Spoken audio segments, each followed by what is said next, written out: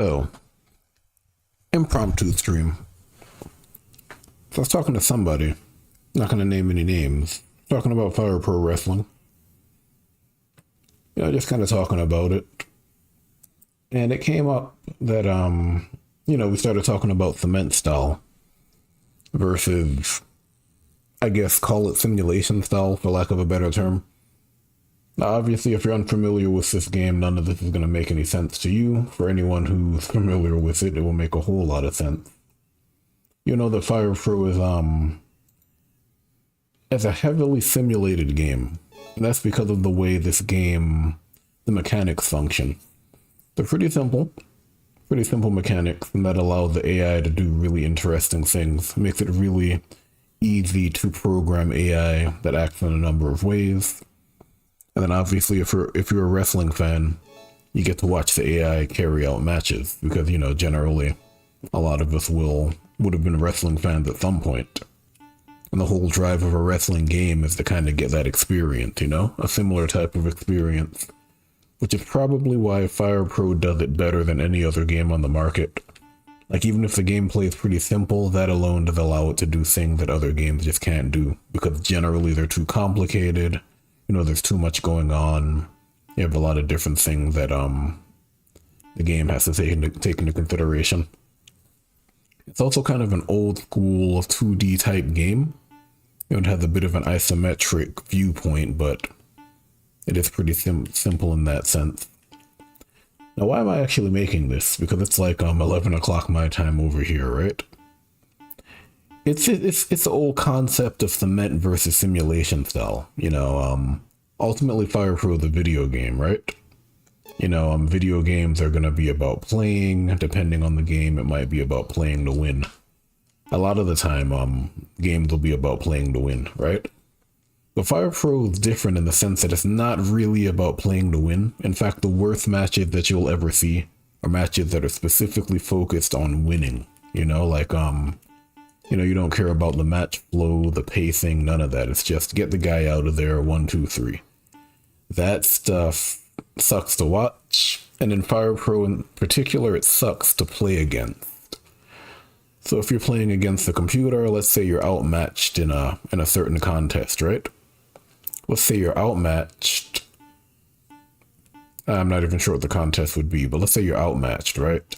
You can't do anything, and it feels like you're just stuck in place, right? It feels like no matter what you try to do, the AI counters everything. It pretty much beats you up, and there's, it feels like there's nothing you can get off or any of that stuff. It's not going to be fun. Obviously it's not going to be fun to play against. And when you kind of treat the AI like that as well, you're overpowering it, you're winning all of the grapples, it's not going to be fun to play because it's not really a contest, it's just a beatdown at that point. If you're familiar with wrestling, it's going to be like a squash match, like a jobber match, right? I'm going to sim this match because I kind of suck at playing and kind of giving my thoughts. Then again, it's an off-the-cuff stream. Just because I was kind of typing with someone else and it kept coming up. We kept coming back to this idea that Fire Pro, is it fun to play? What makes it fun to play? What makes it unfun to play? And it's really the second part that I want to focus on.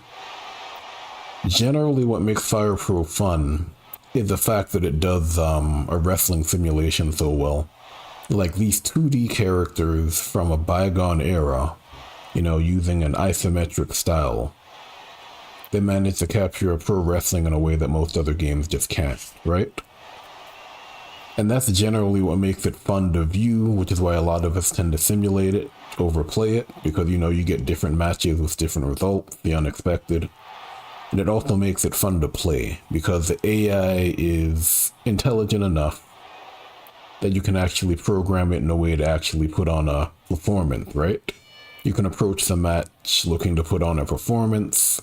The AI can actually follow suit. You can go back and forth. You can hit your spot. You can build up to the big finish and all that different stuff you'd expect to see in a wrestling match. And that's generally what makes it interesting. And that's just simulation. The same is true for playing the game, right? You're going to play, you're going to do the back and forth. One guy's going to have the advantage, the other guy's going to come back. You know, you'll have the rally and all of that different stuff that you'd expect to see on TV or in the arena, no matter, you know, depending on how you want to view it. But I say all of that to kind of talk about PvP, because this game is a bit notorious when it comes to PvP.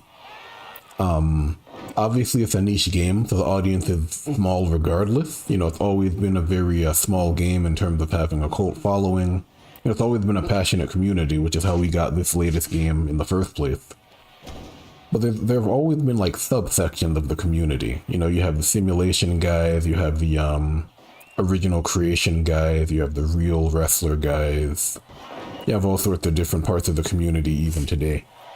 But the one part of the community that's never made a whole lot of sense to me is the PvP community. I'm not going to call anybody else out because ultimately, you know, PvP is such a wide, what's the word? Such a generalist categorization. It makes sense when you look at Fire Pro as a simulation. I've actually done PvP matches way back when in early access, like a long time ago in early access, where they were kind of focused on the spirit of the game, where you'd have another opponent, you know, you get into a match and you'd play to put on a show, you know? Like, it's not going to make a whole lot of sense if you think about it like a competitive game, but as a wrestling game, it makes perfect sense. You know, the mechanics kind of lend themselves to that. You have, you literally have mechanics that allow you to trade off the advantage in terms of letting an opponent get his stuff in. You know, this game has things like auto reversals and things that you can disable. You can leave yourself lying on the ground for long periods of time to eat dives and stuff and let the opponent kind of set up his taunts and all those different things. You can definitely play it like a wrestling match if you want to, you know? But when it comes to PvP, as soon as you think PvP, you think competitive gaming, right? And in Fire Pro, that doesn't work at all because, honestly, this game is not complicated enough, complex enough to make competitive play meaningful. You know, it's pretty simple. You collide to grapple. You strike at a distance. You don't have any blocking buttons. You don't have the ability to really space things out and whiff punish and whatnot.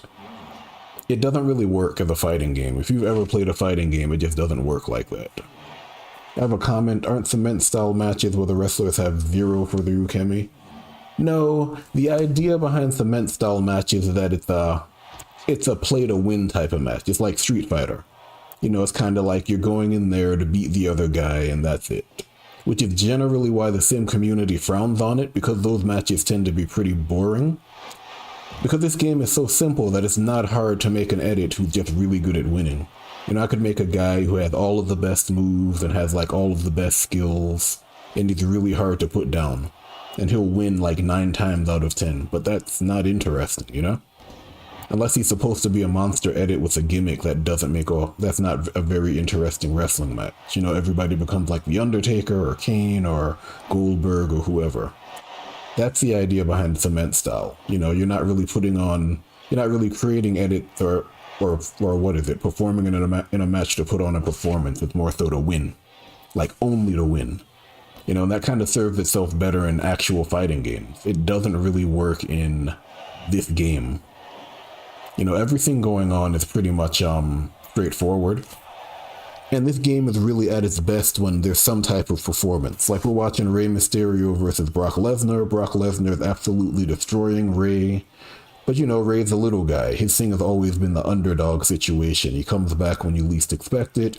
You know, he hits you with surprise techniques and with the speed and stuff. But even though this match looks like it's a bit of a squash, Rey is getting offense in. You know, he's getting opportunities to attack. It's more like a wrestling match in that sense. And when it comes to PvP, that's generally the best way to play it. Because ultimately the AI is going to be limited in what it can do. There are a lot of actions it just cannot take, it will not take for various reasons. And there's really nothing you can do about it. That's just a limitation in the game programming, right? When you look at actively controlling wrestlers, you actually have access to literally everything the game offers. You know, if you want to give your opponent all day to get in their offense, and not fight back, you can do that. If you want to stay on the ground indefinitely, you can do that. If you want to get tossed off the top rope like it's Ric Flair, you can do all of that stuff. There are so many things you can do. And it just feels like playing it like a competitive game is a waste because you just miss out on all of that.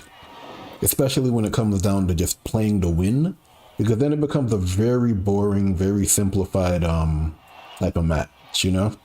Where you're generally doing the most effective moves and doing the most effective tactics to do as much damage as possible, as quickly as possible, to get the 1, 2, 3. You know, it doesn't really work out to be an interesting way to play. You know, if you're on the losing end of it, obviously you're going to hate it because it feels like you can't do anything. If you're on the winning end of it, you're generally going to get tired of it because it's like, you know, there's no variation. And this game is also made in a way, at least I think it was made in a way to kind of allow the skill gap to be irrelevant, basically. You know, if I can be playing someone who's a complete beginner in Fire Pro, and we can have a great match that people would actually want to watch. You know, I've actually had matches, honestly, in early access long ago, where it was literally just me and somebody else. We had like 2 other people watching, and we put on a match.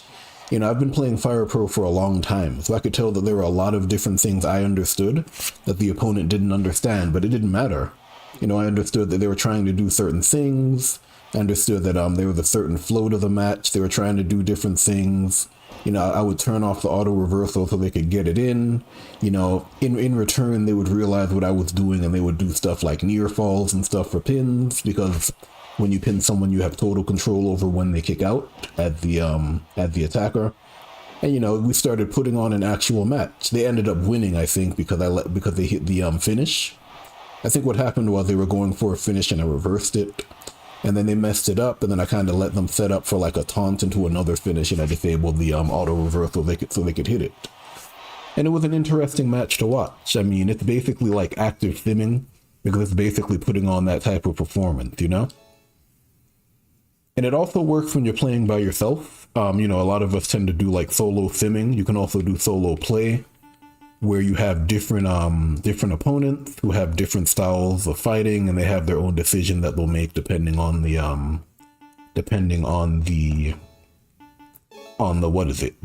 priorities that trigger. And you can definitely play with them as well. You know, you can kind of realize that this opponent's kind of going for like a more punch heavy roughhouse style. You can kind of lean into that. It can be like an edit that likes to taunt a lot or something. You can kind of lean into that as well. It generally tends to work better. Basically, the point I'm trying to make is that it works better when you treat it like a performance. It's a pro wrestling game, right? You know, obviously PvP tends to lend itself towards competitive play, but it doesn't work here. Like, it works better in a 2K game, because those games are more like the Here Comes the Pain type titles, which are more of an arcade style game, so it made more sense in that perspective. But like, if you're doing PvP, reconsider the whole cement style being the whole playing to win and nothing else. Look towards putting on a contest. If you're playing against someone else who's clearly not as good as you are, understand that it takes 2 to put on a match. You know, you may have like the better connection, or you may have the better timing, but you know, it's a dance, right? The other guy has to get his stuff in. You know, set up a narrative, set up a match, set up something that you would actually want to watch if you sat down and watched the match on TV. And then if you do that, you'll generally have situations where both parties are happy. Anyone who happens to be spectating will generally enjoy it. You know, you can put on the same storylines you'd expect to put on. You know, you can run with it if you're doing like an E-Fed or something. And then generally when it comes to like keeping people around, they'll be more likely to stick around, because, you know, sometimes they'll win, sometimes they'll lose. Sometimes they'll lose and it will be a close match, and it will be a more exciting affair for everybody. And then generally it tends to look better, because again, there are things that you can do that the AI can't do. You know, it also works really well, I think, in this game, because you don't have to actively call spot. So it's not, you don't need to be like on a microphone talking to another guy saying, I'm gonna hit a body slam, then you taunt, and then you do these things. They're organic, you know? I can hit a body slam, I can go for the taunt. The opponent can see me doing that and they can feed into it. You know, they can roll over on the ground, they can crawl around like they can't recover, and I can pick them up and do all sorts of stuff. You know, everything is right there. You know, I can act like I'm exhausted, I can play possum. We can go back and forth and do whatever. And then it tends to work out a lot better. It also works out a lot better when it comes to executing. Because if you understand anything about this game, you'll know that striking can be difficult because of the way the whole spacing aspect works. When you're trying to hit a big move like a drop kick or something, when your opponent's not just constantly circling looking to make you whiff all the time, it becomes easier to do that stuff, right? And now you can start feeding into like high flying antics and like diving outside and not just looking to just cheese the match in some way that gives you the best chance of winning. Because ultimately, a lot of the time, it feels like that's what PvP comes down to. It's just finding the cheesiest ways to win the match, and that's never really interesting. It also looks really weird when you do stuff like Irish whip the guy to the rope and then chase after him to hit him when he's bouncing off the rope so he can't potentially dodge it or counter or whatever. It doesn't make a whole lot of sense. There are just a lot of different things. There are so many things I could point out, but if you're familiar with the situation, you know what I'm talking about. Again, it is a pretty niche game, so most people won't even know what I'm talking about. But I mean, that is that seems to be an issue with a specific niche. And it's like that niche is constantly losing participants and all sorts of stuff.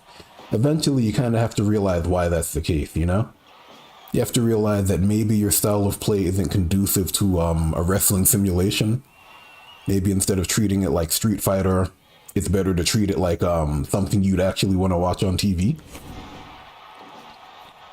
And then maybe things will actually work out better in the long run. Because ultimately it is a wrestling game, right?